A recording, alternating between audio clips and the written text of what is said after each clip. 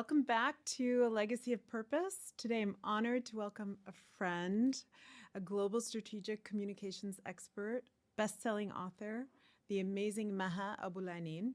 Maha's career spans over 3 decades, working alongside some of the biggest names in business, from Gary Vee. I remember when that started. Gary Vee to Google to Netflix, heads of state. But beyond her impressive career, Maha's also a great storyteller. She has a wonderful heart. I have very vivid memories of being invited to your home in Egypt for Christmas. You're someone who deeply understands the power of narrative, trust, self-reliance, and shaping opportunities. I'm excited to discuss how entrepreneurs from what we call growth markets or emerging markets can reclaim their own stories, and why communication is the bridge for opportunity, and how we can hear more about your new book, The 7 Rules of Self-Reliance. So whether you're an entrepreneur, a social media expert, or someone passionate about the future of global growth markets, this podcast, this particular episode is definitely for you. So Ma, welcome. Dina, thank you. First of all, thank you for hosting me at MIT. This is like, I feel I'm not smart enough to be here. I can't believe you've never been here before. This is such an honor to me. And I'm texting in the family chat, hey, everybody, I'm going to MIT today. And then my nephew, I was waiting for a snarky remark from one of the kids saying, my sister's kid saying, it's the closest you're ever going to get to going to MIT. Oh, come on. The honor is ours. No, it's great to be here. And I like the energy on campus. I grew up on a college campus. My dad used to be a professor. And dean of a business school in Minnesota. So, this is home to me, coming to be on a campus. We'll make sure that you get a little tour. Yes, and some swag. I got to get some stuff. We'll get you swag. Swag's so easy. Down the street. Yeah. Across the street. So, let's hop right into it. Yes. I'm going to go deep. So, I've known you for a really long time, and I've always seen from your social media how much you love your sister, how much you love your sister's kids and family. But it wasn't until I started reading your book that I understood how deeply your story was entrenched in the story of your family and the history of being an immigrant in this country. But I want to start from the very beginning. Like me, you're Egyptian. I call myself a daughter of the Nile. So we're also African.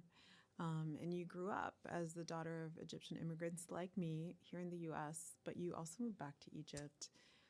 But, you speak often about your dad. And it was very clear to me from the beginning of the book how deeply impacted you were by your parents, and specifically your father, and how you define resilience, I think, in many ways in relation to what you learned from him.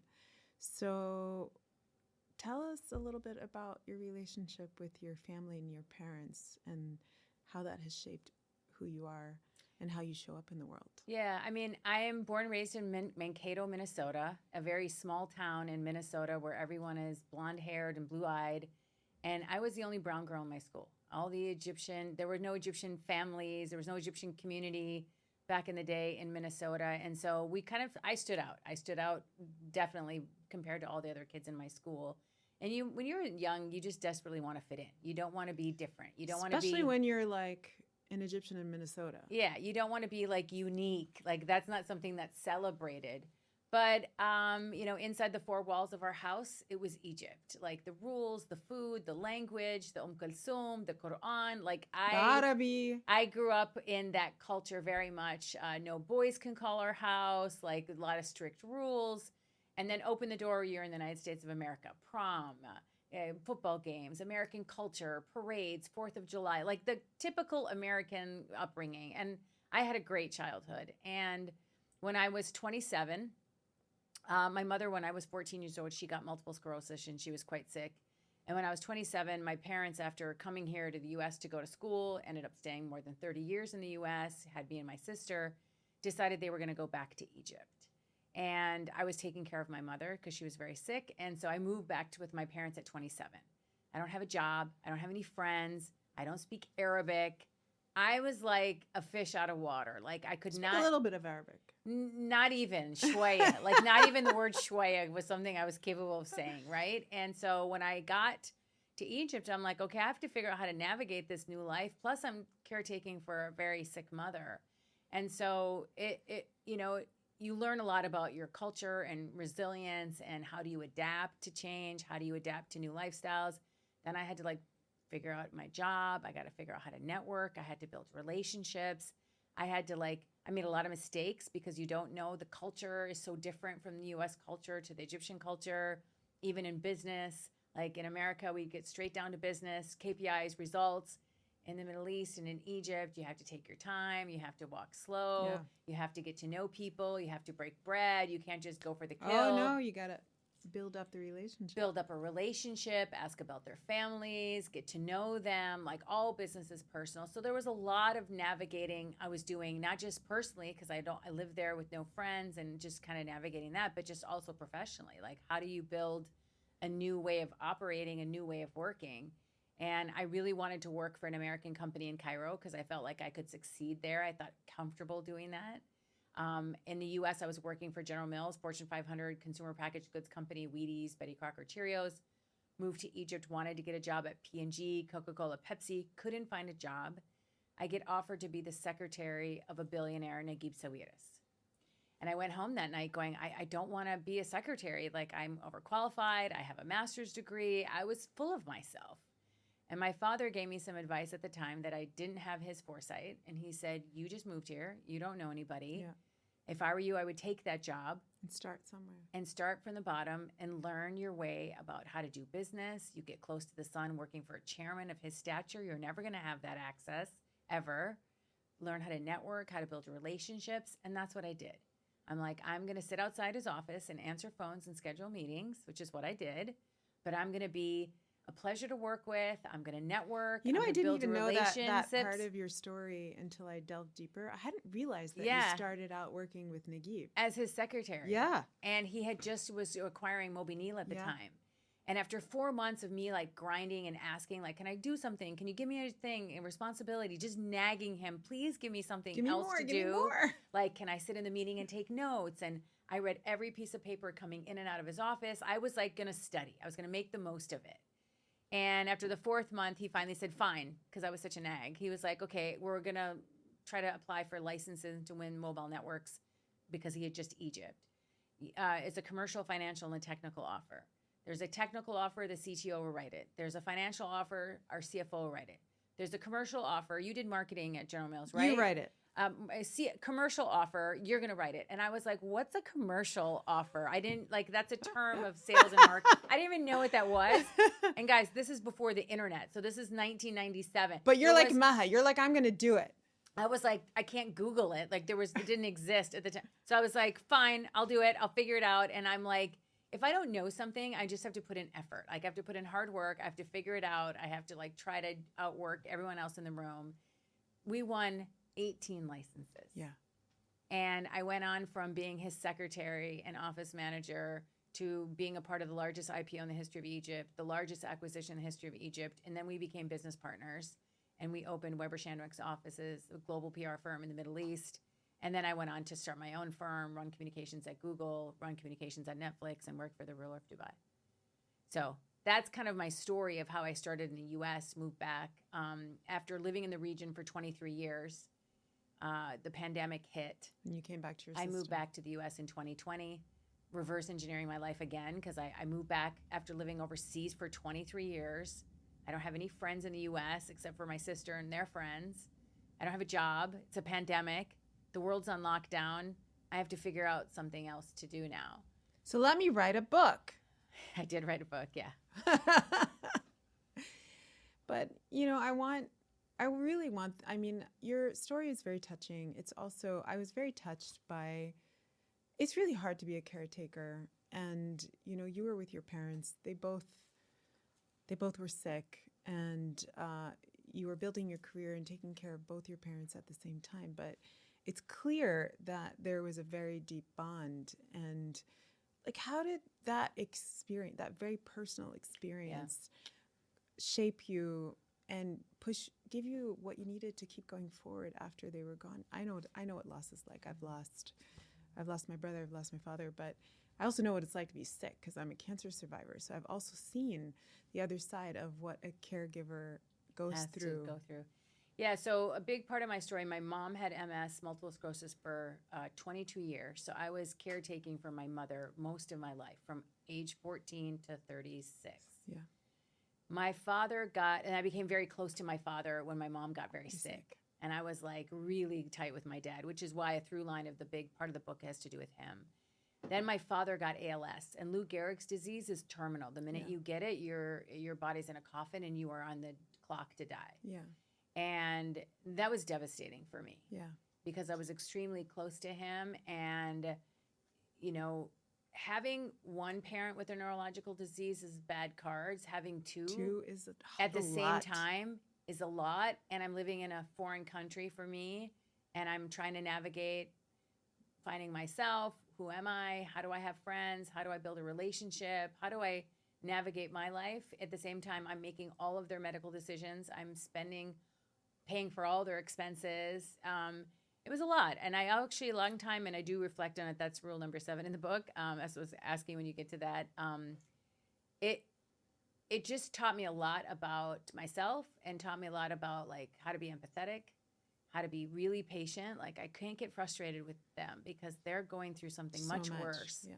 And I got a lot of perspective. Like if I was having a bad day, all I had to do is just turn over and look at them. Like I can literally get out of bed and put my feet on the ground and walk, and they couldn't. And I became very close to my mother because she really reacted a lot to me. Out of all her caretaker, I was her caretaker for her whole life. Yeah. And then when my father got sick, I wasn't going to let, him not be without it. But I was always trying to find the small comforts I can do for them. The small things I can do to make them happy. Is it the favorite blanket? Is it a special song? Is it something in the food? So looking back now at that whole like part of my life, like I'm very grateful that it happened to me because I wouldn't have had it any other way of all the stress and the struggles and the anxiety and of them being sick and going to the hospitals and stuff. But I feel like it taught me so much about how to be strong and rely on myself. And I wanted to share a lot of that story in the book because I wanted my niece and nephew, when they read the book, to say, listen, you have to show up for people. Even when your circumstances may not be the thing you can control, you need to really do your best with whatever you can. And especially with your family. Later. So I want to talk a little bit about, also because, I get it, the dual identity, the kind of like Egyptian, am I Egyptian, am I American, am I too Egyptian here, am I too American here, or which part of my identity do I like? Oh, yeah. What comes out, and eventually you find a way of embracing all of it, but I'm sure deeply influenced your own approach to storytelling and leadership in business. And there are many people out there who are kind of dealing with this kind of complicated identities. But how do we embrace identity and some of the more complicated identities that we have when we show up and share our story in business? Yeah, I think a big part of when like I said, and I grew up in the States, I didn't want to be different. I wanted to fit in with all the kids. And then when I moved to Egypt, everyone's like, oh, you look Egyptian and your name's Egyptian, but you don't sound Egyptian. You're so American. Like the way you dress, the way you talk, your mannerism, like you're so American. Like that's not going to work here. And so I found my way. Like I found a way actually from a business standpoint to help. This is what I do for a living, is tell stories and help people build and protect their reputation. So I was like, a lot of people think the Middle East is about X, Y, and Z, nothing positive. It's about entrepreneurship, and it's about ambition, and it's about the stories and the creativity and the culture and the heritage and the food. Like, how can I be a bridge? So much more. Yeah, how can I be a bridge to help storytell around how to build bridges between East and West? How can I help American companies understand the Middle East better and do business there and see the amazing opportunities of the youth and the ambition and entrepreneurship? It's incredible. Yeah. And how can I do the same in the Middle East if they want to learn about the U.S., like help build those bridges? I mean, tell the opening story of the book when I got asked to write a speech for the Prime Minister of Egypt because he was going to Washington, and he knew like I had the vernacular and I knew how they operate, and I was very tight to how American institutions and politics worked. And I feel like if you can use your differences and turn them into a strength, that's very valuable. And I feel now that we live in a world where like look at the global markets today. Yeah. Europe is in a decline. China is closed off. which market is everyone curious about, wanting to do business with, growing tenfold? The GDPs are off the charts. The youth are driving culture, content, internet. It's the Middle East.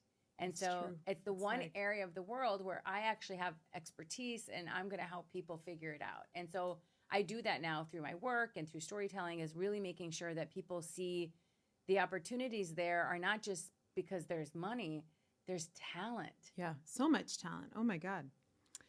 Well, I mean, before you even got to being this like global communications leader and this book author, you were a journalist. You started out as a journalist. Homework. You did your homework. Well, Yeah. Donovan and I always do our homework. I could tell. But you were a journalist, and you know, to be a journalist, clearly you were drawn to storytelling at a very young age. So, what was that defining moment for you when you realized that you want your life's work to be in this space, where you want to shape people's perceptions? You know? Yeah, so when I was a little girl, this is back dating me, but everyone used to sit around and watch the evening news. It was like a thing. You have dinner, you watch the evening news. That was it. There wasn't much to watch back in the day for our generation. Yeah, this is pre-internet. So my family used to always Pre-internet, watch pre-Netflix, pre-blah, blah, blah. Yeah, we should watch Dan Rather, and you'd see people reporting live from location. And I always used to see reporting live from Cairo. I had this dream of I'd be the girls, reporting live from the pyramids, doing a live shot. And then when I was in college, I studied, mass communications, journalism, and I got an internship working for the local TV station. And I remember, I'm an intern, so you're just doing all the work. You're just carrying the cameras, editing tapes, recording stuff. You're just doing every job they give you. And I remember being in the newsroom when information came in on over the wire. And that moment where the information comes in over the wire and the newsroom has to figure out how to package it, how to tell it to the world and broadcast it through the newscast was just thrilling for me. That moment of you getting a message, how do you disseminate it? How do you break it down? How do you simplify it?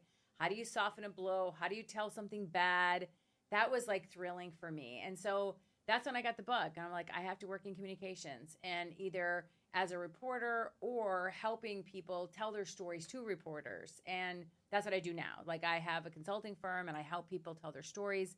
But it's fascinating for me, the more we get connected through technology and the internet, in this conversation we were just having in the hallway about everybody has the power to tell their own stories directly to consumers because they have an internet connection or access to a phone. And you should be advocating for yourself. You should tell your story. You should share your expertise. You should share your thought leadership. And I feel like it's a really good time for you to do that because you can. And the internet is for free now. Who knows, maybe someday it may not be for free. You could build your brand, build your reputation, create opportunities for yourself. And so that's how I fell in love with storytelling, and I will forever be in love with it just because it's what connects us. It's my God, that must be music to Donovan's ears. Really? The ultimate storyteller. Yeah, because his title is story. Yeah. He's a storytelling, person at the center. Yeah, it's so important. It's so important. It's what connects us. It's what builds that authenticity between people 100%. And teaches us about cultures. We are all about stories here at the center. And even when we talk to our student fellows who you're going to meet later today, the first session they do is a session on storytelling. Good. That's and important. Knowing their story and owning it, right? And owning it and not being afraid to share it or not being worried about how people will judge you if you do. Exactly, which brings me to my next one. Because you, in so many different interviews, you say, if you don't tell your story, someone else will. And that's so true. When did that realization come to you? It came to me a little late in life, right? But, it's such an important, simple but profound statement. If you don't tell your story, someone else will. Why is it important for entrepreneurs across emerging markets to know that? Yeah. So every entrepreneur or founder of a company has the ability to shape their reputations themselves.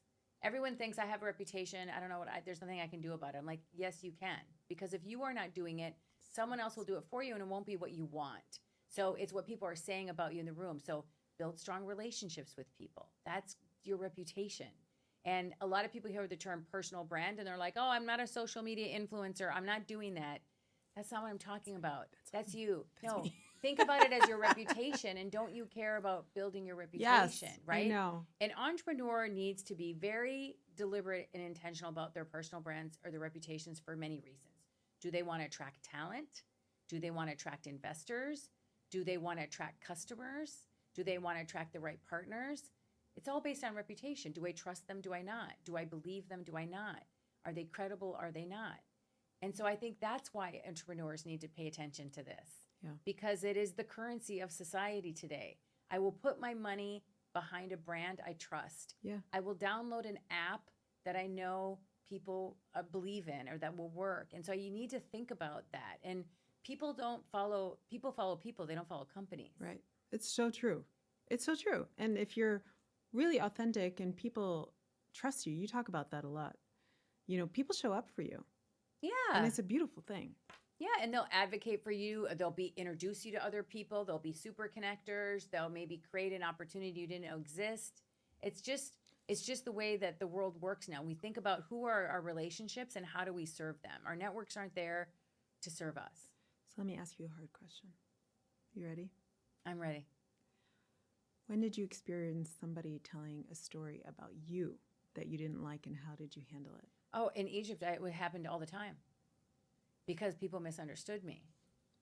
الأمريكانية. Yeah, the American girl that was there, they're like, she's too aggressive, she's too this, it happened to me all the time.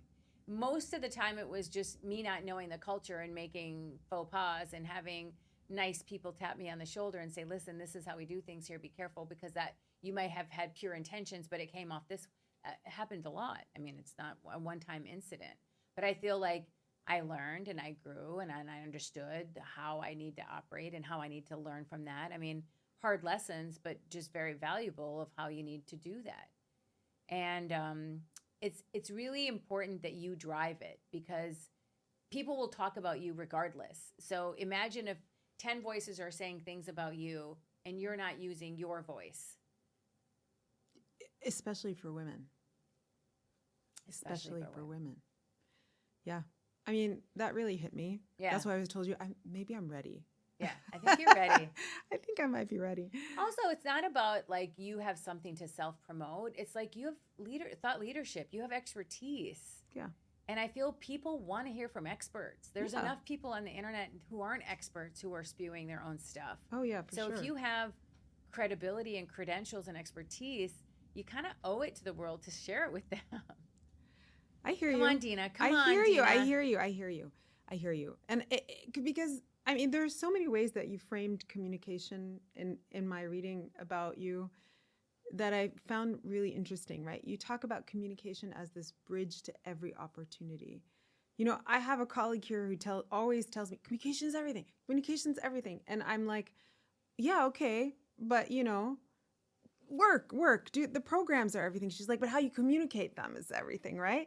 And, you know, in your career, you've served as like this bridge between different worlds, and you represented all these like really big brands. But to say something as simple as communication is the bridge to every opportunity, I don't know how, like, it's taken me a long time. And I think part of it is because I have this, you know, inner voice in me that's like, you can't self-promote, you can't do this, you know, all those little things that they tell women. And so you're afraid of this like over communication, but the way you present it is so profound. Tell us a little bit about this bridge to opportunity. Communications can influence, can inform, can educate, can aspire. It's so much more than just telling a story. It has a purpose. Yeah. It can diffuse a crisis. It can amplify a cause. I mean, there's so many things that it can do. And I feel like in anything, in relationships at home, with your family, at work, with your friends, with your community, it's how you show up in the world is what are you communicating? And if you're not communicating, that's communicating as well. Like you're aloof, you don't want to participate, you're difficult to deal with. We say like, this all the time. Silence is also a form of communication. It is. And so that's why I think it's important. Are you trying to inform or influence or diffuse or amplify? Or there's so many ways that communications can be a bridge. And I feel like cross-cultural understanding, understanding other people's point of view, learning about opinions of others that we may not agree with. Like everything has to do with how we communicate it and how we choose to understand it. Yeah. Yeah. And you also say in one of your recent interviews that Donovan watched, but I did not get a chance to watch, but you said narrative is not just storytelling, it's power. And I think one of the biggest conversations that we've had at the center since I became executive director has been the conversation of narrative. And how do we shift? This is when I started really understanding communication, right? Because, you know, when I first came to MIT, it was like, we're the Center for Development Entrepreneurship, and we focus on like developing countries and these kind of growing global markets. South and third world countries, and, you know, we're here to help. And it would make me so angry. And I was like, that's not where I come from. Yeah. I also come from a place of opportunity and dynamism and abundance and people who are hustling and, you know, playing big, not playing big small. and creating a new future. And very quickly in the first year, I was like, I got to shift the narrative, you know? And so we stopped using emerging markets. We started talking about growth markets. The highest percentage of growth in the world happens in these markets. The majority of the world's population lives in these markets. The future of the world and the majority of consumers are now going to be in Africa. But yet in the media, we are always positioned as like poor, destitute, conflict, you know, you get it. Yeah. And so I said, here, I'm going to change the narrative. Yep. And narrative is power because we are changing the narrative. Now we have people say growth markets all the time. Now we have people say, oh, we want to learn from these African entrepreneurs that you bring to campus. Oh, we want to learn from this and this and this. Oh, I didn't know that this happened here. So, you know, when you talk about narrative is not just storytelling, it's power. How do we, in your opinion, how do we continue to drive that message in a much bigger way? And if you were us here at the center, and you're all about shifting narrative of these markets to places of opportunity and dynamism and abundance. Like, what more should we be doing? One is you need to train everybody on the messages or the narrative that you want them to share. Like arm them with the information so that they can tell it to their friends, to their family, empower them to be storytellers of the narrative through podcasts, through writing, through blogs, through social media. I feel like if there's a narrative that needs to change, everyone needs to amplify it. And so empowering people with the information so that they can. That's the first step. I think the second thing is a lot of people they see things that they believe, like seeing is believing. So how can you bring the narrative to life? How can you show them what it looks like being played out? No matter what narrative you're trying to convey, people believe what they can see. So can you give them examples of things in action of that narrative coming to life? And I think those, for me, are the two biggest things that I think can actually amplify a narrative to move it forward. But it's just, and then maybe a third thing is just like consistency and repeating, like rinse and repeat, rinse and repeat. Don't get tired of sharing it because you don't know. You said that in an interview with Gary Vee. I did? Yeah. Rinse and repeat?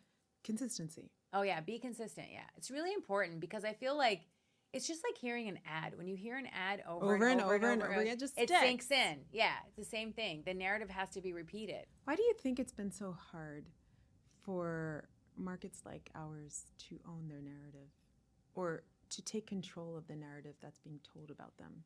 The loudest voices in the room win, and we're just not loud enough. Size has to do with it. Scale has to do with it. Money has to do with it. That's the issue. Yeah. Speaking of power. Yes.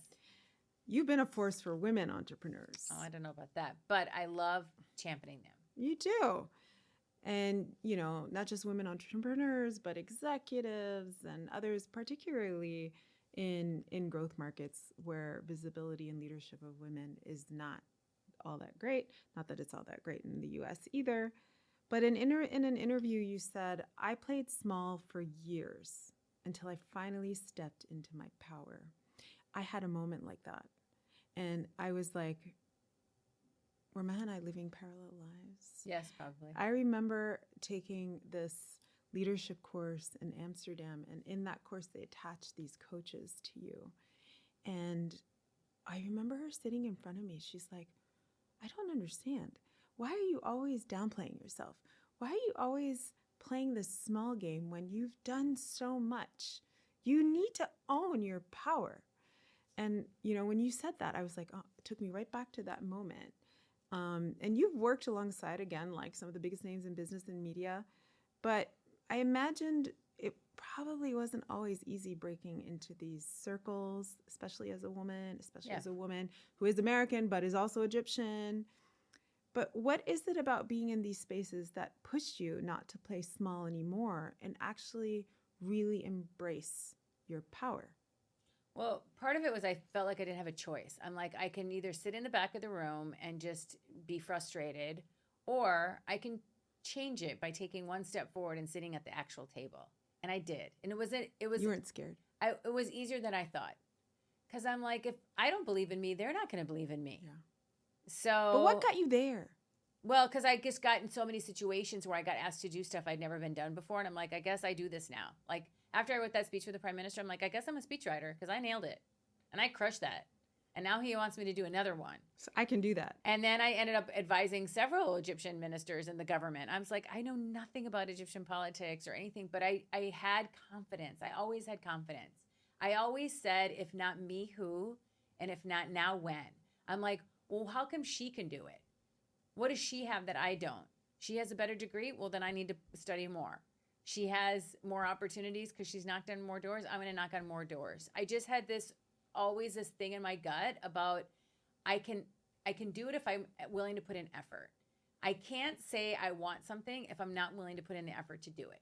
So it's easy for me to look at other people accomplishing things that I want to do. When I wasn't willing to do the effort, then of course you're not going to get there. And so I always just had the confidence, like if I just have to, my dad taught me this. He's like, no one can take away what's between your two ears. They can take away your confidence. They can take away your opportunities. Mm-hmm. They can take away many things from you. Self-doubt, all the things that they can accept. They can never take away your knowledge. And if you know stuff, that's something no one can take away from you. Yeah. And so that just stuck with me. I came from a family of educators. My dad was the dean of business school, my aunt, my uncles. So like education was like in our veins. Like I grew up on a college campus. My dad worked there every day for 30 years. I went to work with my dad. Like it's just how he taught us that the only opportunities you'll get are the ones that you work hard for and that you apply knowledge to. And he was right. Yeah. But surely there must have been hurdles. Oh, so many. And, so many difficult moments. Could not have been a simple process. No, I got fired from jobs. Yeah. How did you navigate it through it all? Because, women aren't allowed to fail. Yeah. I mean, let's face it. People expect us to fail. Navina Tahri says this to me all the time. She says, people expect you to fail. So you need to prove them wrong. Yeah. I think when I moved to Egypt, a lot of people expected me to fail. They're like, oh, she's never going to make it. She doesn't understand the culture. She doesn't know the business. And if you read the book, you'll see stories that kind of show how that played out. But I was head of communications at Google in public policy. I was running about 18 countries, communications for them. I remember that time. I joined Google the day the revolution broke out, the Arab Spring broke out in the Middle East, and the marketing manager from Google was one of the people that was the anonymous Facebook page manager. So I was at Crisis Communications 101 the first day I took the job at Google. And after I finished my tenure at Google at 4 years, I came to leave Google to go back to my company. Facebook had an opening in the Middle East, and it was Middle East, Africa, and Turkey. So it was like a bigger remit. It was going to be a bigger job. And I'm like, oh my God, this is amazing. Maybe I should go for it. A lot of people that worked at Google ended up going to Facebook. So I knew a lot of the people. And I thought, okay, now I'm going to be like the tech girl. Like I went from Google and I'm going to Facebook. Like I'm owning this.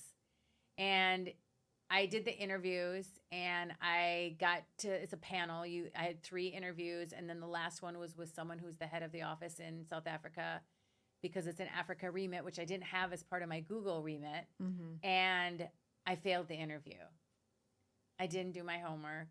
And I went home and they basically said, you didn't get the job. After they told me like, you're a shoo-in, you're going to get it. Just go through the process. Like I really thought I was going to get this job and I was so pumped about it. And I didn't get it. And I went home. I was like, I don't ever want to feel this way again. Like I'm never going to walk in unprepared to an interview ever again.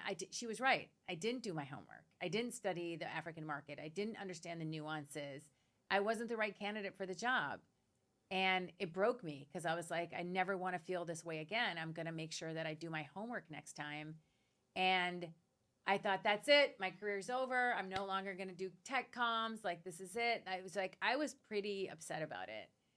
And then like a month and a half later, I got a job to work for the ruler of Dubai. And then I went on to launch Netflix. And then I went on to run communications for Kareem. So I became the tech girl, just a different path. Yeah. Yeah.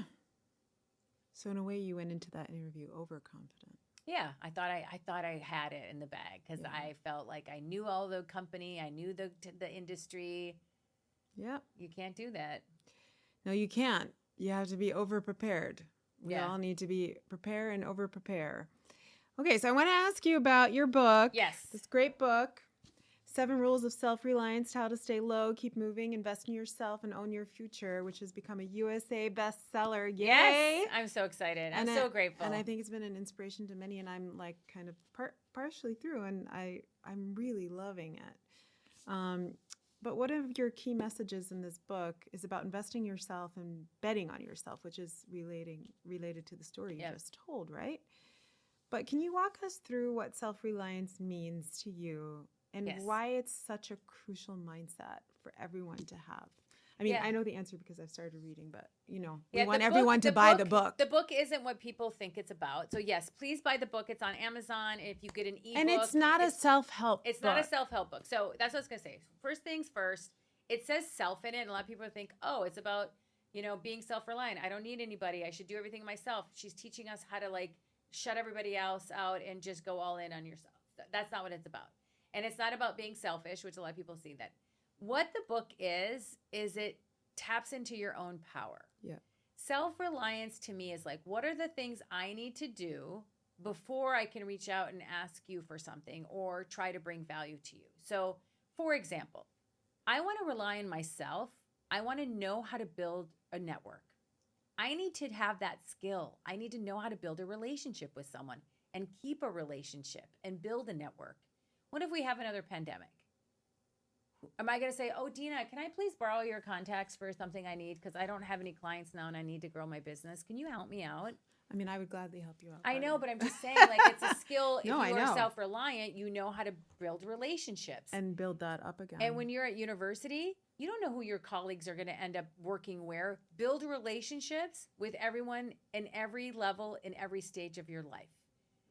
People you work with at a company, go and friend them on LinkedIn. Make sure that you know who these people are. Have connections with them. Learn how to network through Zoom. It's a skill people need to have. That's one of the rules of self-reliance. A second rule of the book, which you just sort of mentioned, is this investing in yourself.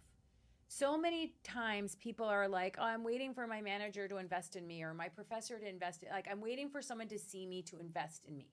My message to you is simple. You have access to the internet. It's for free. YouTube videos are free. Podcasts are for free. Talking to someone is free. You won't charge me to sit with you, will you, Dina? No. I can learn a lot from you. So what I'm telling you is if you are spending every night watching Netflix or every weekend going out to do other things, can you find 15 minutes in a work week? Can you find a Tuesday night or a Sunday morning to do something different and spend 15 minutes learning about ChatGPT or an AI tool or pickleball or piano or cooking or needling, whatever you like to do? Learning is so good for your brain, but it also is good for your longevity. We live in a competitive market where I don't compete with people in Boston. I compete with anyone with the internet connection who might be better at my job than me. And with a hybrid or remote workforce, my competitive pool just got massive. So you have to always know, how do you rely on yourself? I'm going to try to be knowledgeable. I'm going to try to be learn on top things of your game. and be on top of my game. Plus, it's fun. Yeah. It's fun to learn. It is. It is. You make it sound so fun too. I like learning new things. I know. My team is always I'm always at my company. We have we have something called Training Tuesdays that I started in 2025. I'm we're going to have, because I think learning is something you should share with other people. And it's contagious. It doesn't have to be a classroom, an online class. It could be learning language, getting on Duolingo, whatever. Yeah. Learn. I love it. So I want to ask you, writing a book is like not an easy endeavor. No. I've written one too. And it's like, it's a process and you have to be disciplined. But like, what was Donovan's laughing probably because he's done that too, right? Yes. His book's coming out this week. His book's coming out this week. What was, for you, what was the true purpose behind writing this book? And how does it relate to what has become your life's purpose? Yeah, so I had always wanted, like, for 10 years, I'm like, I'm going to write a book, And I was like, should I write a book about growing up Muslim in America and moving back to Egypt? Should I write about communications? And the reason I wrote this book was I really wanted to write it for my niece and nephew. To be honest with you, 22 and 25-year-old niece and nephew. Most of my life I was living overseas in Egypt and Dubai. I wasn't living at home with them. I had a great relationship with them when they were born, and I came every year to see them and spend a lot of time and talk to them a lot. But I wanted them to have this message that you can rely on yourself. You can create your own opportunities. You can create your own power. You can create value for others and invest in yourself and live with no regrets and don't be a waiter. That's why I wrote the book. Honestly, it was like, I want, obviously many, many thousands of people have purchased the book and bought it and read it and loved it. But it was really a message for them about my life too, because it's a different way of me storytelling with them and leaving something behind that they think they would value. Yeah. And for you, how does it relate to, you wrote it for them, but somehow there's a fire in your belly that drives you. Yeah. I think a big part of, the book is not what I did, but how I did it. Yeah. And that's my purpose. Is my mission in life is to help people communicate better, right? Whether it's media relations or storytelling, communication, any type of communications. This is not a communications book. There is one chapter that talks quite a bit about how people can build their personal brands and their reputations through storytelling, which I think is important. But it ties to my purpose because I feel a lot of times it happened to me in life where if I didn't believe in myself to do it, I didn't think I could because no one had asked me to do it before, and then I did. And I wanted people to know your circumstances can be like mine or worse, and that's not your story. Yep. I have 2 parents with neurological diseases my whole life. I moved to a foreign country, literally, with not speaking the language. Moving to Egypt for me was a foreign country. I moved back to the U.S. when I was 50. I don't know anybody. It's a pandemic. And if I can reinvent myself at any age or any stage, then anybody can. And it just takes effort and believing in yourself. And the reason why I put on the cover, stay low and keep moving. Stay low doesn't mean stay low profile. It means stay low and focused on your goals because there's so many distractions in this world. Social media, doubters, comparisons, people telling you can't do it. If you didn't pay attention to everything around you, you're never going to pay attention to what's in here. And that's why I want people to focus on what they care about. We are only on this planet for such long. a short time. So can you focus on what you care about? Yeah. And the reason I put keep moving is because you're going to have setbacks. You're going to have bad days. You're going to have obligations. You're going to have things that are out of your control, but just keep going anyways. Reset and start over tomorrow. Yep. I say this all the time. You have no other option. One step forward. Just got to keep going, right? True. But you also, you said something in an interview that really resonated with me, and I think really resonated with Donovan. And I say this all the time. You get what you negotiate in this life. Yes. It's as simple as that. And you said in an interview about your book, you said, you don't get what you deserve. You get what you negotiate. And it's not surprising that you and I think alike in this regard, because I think we've had our own kind of life hurdles and where you have to kind of push through, and nobody's going to do things for you. You just got to go out and claim it. Yeah. It's kind of why I always say to women, cut the empowerment discourse BS. Yeah. Nobody gives power, right? Power's claimed. Yeah. You don't get to wait for people to give you power. You get what you negotiate in this life. And my question to you is how maybe people like you and I who I think life has taught us that maybe early on, and I think that's a real privilege. But how can women and entrepreneurs in general how do we work with them to develop stronger negotiation skills, to advocate for themselves, to tell their stories properly, and to be in that mindset of you get what you negotiate in this life? Yeah, I think a big part of, it's rule number 3 of the book, don't be a waiter, right? Because often in life, we're waiting for opportunities to come to us because we think we deserve them and we work hard and they will come. Or we feel like if we ask for things, people will judge us. Or we don't want to do things because we don't want people to, we fear failure, or we don't want to, have that overlooking thought of, oh, why is she asking for things? She should wait her turn. And I found throughout my life, and I've seen it observed from other people, that the opportunities that you want to take, you have to ask for them, and you shouldn't be shy about it. Like I said, we just got done saying we're only on this planet for so long. Yeah, and what's the worst that could happen? They say no. They say no, yeah. But if you ask, that might show initiative. That shows that you care. That shows that you have ambition. That shows that you have ideas. Like, take the step and ask for it. So I don't wait. Like, you're waiting for something, you will be waiting forever. Like, nothing good happens in the waiting zone, in the comfort zone of your life.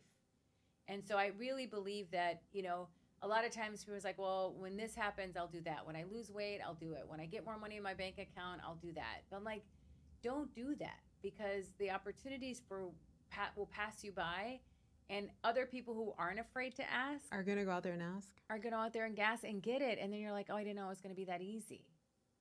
So have the courage to ask. I think there's this, women are conditioned to have this inner critic and this sense of self-doubt. It's just like we need to break it. Yeah, well, it's the limited beliefs that we tell ourselves. Yeah. Like, sometimes I find myself doing that. I'm like, I don't think I can do this. Oh my God, this is so hard. Like, how am I going to get through this? I'm like, one step at a time. Break it down, ask for help. Self-reliance doesn't mean not asking for help. It means, do your homework before you ask for it, so you know what you're asking for. Mm-hmm.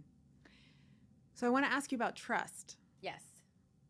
I feel I think it's an important thing to discuss, because you also said that all business is personal and I only work with people I trust. Yes. I found that so interesting. Trust is so tricky. And I just have to ask you, what are your filters for how you figure out who you can trust and who you not trust? I've been in so many situations where I'm like, I trust this person, and then they go back. I'm like, how the hell did I trust that person? Listen to your gut. Yeah. So many times we don't listen to our gut. So that's the first compass or barometer for me. You know if you can trust somebody or not. So that's the first. You ask yourself. Yeah. Obviously, you can ask other people, you can get feedback, you can get referrals, but the barometer is you. We all have a gut. We know when there's something that's not right, but we do it anyways, and we're like, oh, I shouldn't have done that. I knew it. I knew I shouldn't have done that. So that's how I base it. Plus, people show you who they are several times. So that trust has a lot to do with credibility and reputation, and you can see it.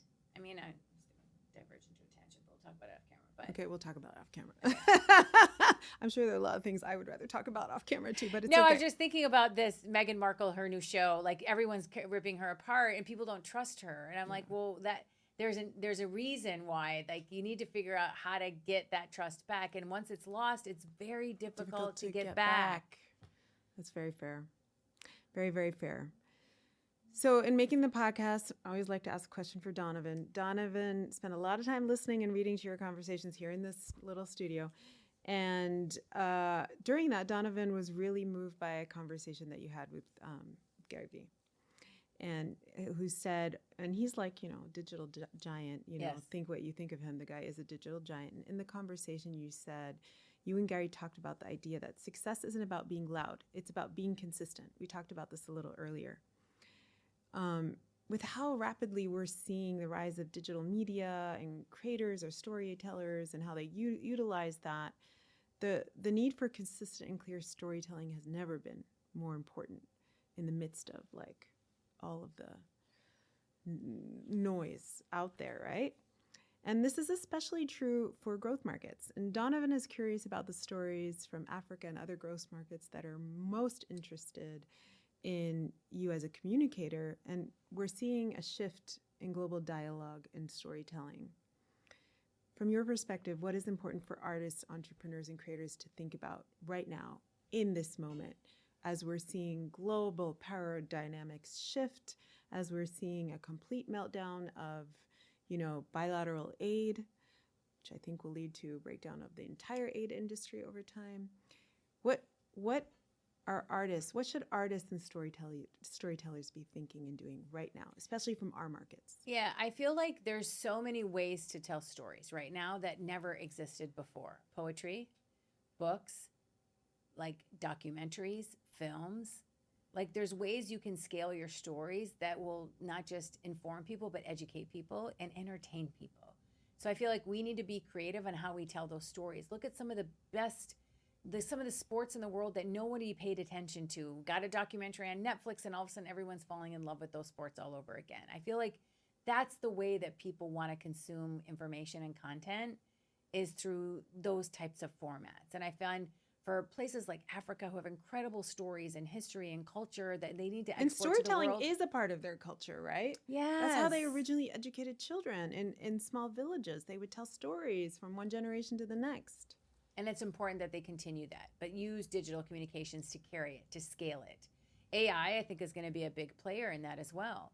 AI can help structure and scale stories like never before.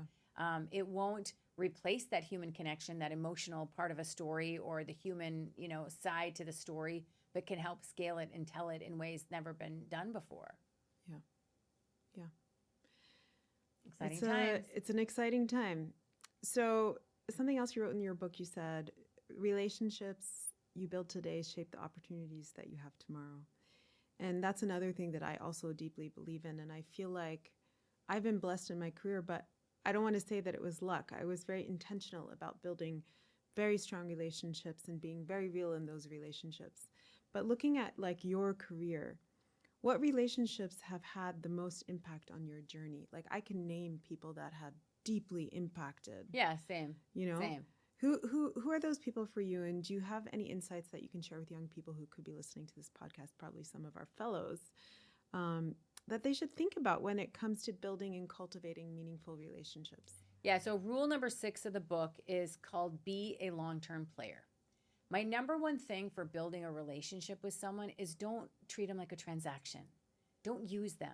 Don't say, I'm going to do this for you if you do this for me. This isn't a tap to pay and get out of the store, download the whole season, let's go. Like, we really need to invest in relationships. I call it making deposits in a trust bank. So I want to make sure I'm going through life making deposits in many people's trust banks. So when you ask them about me, they're like, Maha bint gada, or Maha did this, or Maha always showed up for us, or Maha was always helpful, or she was willing to make an introduction and not worried about, if I connect A to B and they leave me out, or they're going to be worried about they do something without me. You can't do that. Like, you need to be a long-term player. If you have good intentions and if you help somebody from the bottom of your heart with good intentions meaningfully, not because you're doing it because you want something down the line, I can guarantee you it'll come back 10x. Invest in your relationships. Invest in your college colleagues, your university colleagues, your work colleagues at every stage of your jobs. Pick up the phone and check on people. Pick on the phone and check on people. You can also low lift with social media. Share their work on social. Comment on their posts. That's showing up for somebody, and it doesn't cost you a thing. Yeah. It takes 15 minutes out of your day to sit and just show up for I do that every single day. I'm like, I want to show up for, what are they up to? How can I share their work? Is there someone I can introduce them to connect them to somebody? Is there a nice article I can share them because they told me they're really into cold plunging and I found this article, I want to share it. Just the small things become the big things. Yeah. And I feel like we live in a world where there's so much going on, but having a relationship is very meaningful. And we learned a lot during the pandemic about how much we need the human interaction and connections. And with AI taking over the world, more than ever, build relationships. That's what's going to carry you. Yeah. And that's why I say be a long-term player. Because if you're thinking short-term, no one's going to say good things about you, and that's your reputation. And you need to make sure that you are owning it, you're building it, you're protecting it. I call it treating it like a currency. It has value. I agree, 100%. It's one of your biggest assets. Yeah. Your relationships. But having said that, you just said you need to invest time. And you're a very busy woman. I know, because I follow you on social media. And, a lot of people on this podcast, I ask the same question. Your time is incredibly valuable, and also time is not infinite. It's limited. And we only have 24 hours in a day. And out of those, we have to sleep and we have to take care of ourselves and do things. Like, how do you use that time, and how do you prioritize who you give that time to? Yeah. So first things first, how are you spending your time? Look at your calendar. That's Your calendar. simple. Look at your calendar. Look at your calendar. Where are you focusing your time? Are you spending? I have a no meeting Wednesday. Like, I don't want to have meetings on Wednesdays with anybody. I need to do deep work. I need to do focus work. I know if I need to do phone calls or catch up on writing or doing, I can do that. I kind of carve it out. So I look at my schedule. Where am I spending my time? Who am I spending my time with? And then I always work out first thing in the morning to signal to myself that you're the most important priority. If you don't take care of your health or take care of yourself, you won't be able to do any of the things you want to enjoy in life. Run a company, spend time with friends, go play tennis, travel. You can't do anything. So I spend a lot of time hacking my calendar and figuring out what are my priorities of my time. I also look at like how much sleep I'm getting. If I don't get enough sleep, I'm not a pleasure to be around. Yeah. It took me a long time to learn that lesson of Me too. Prioritize sleep. Yeah. I was always like, I'll just stay up and work harder and burn the midnight oil to be more productive. It doesn't work that way. The opposite of what you need to do, because you're not doing good work or smart work or strategic work that way. So that's what I think about relationships and my time, about how do I spend it. And that's really important that anyone listening to this podcast, it kind of re-examines how you're looking at your time. Yeah, because time is not forever. No, sadly. So my final question is about legacy. Yes. This is legacy of purpose, after all. And, you know, all of your long list of accomplishments and titles and book that you wrote, all of that is set. But at the end of the day, you know, we're all going to leave this world. And when that happens, when you leave, how do you want people to remember you? What do you want your legacy to be? I was a great aunt. I was a good daughter, and I was a wonderful sister.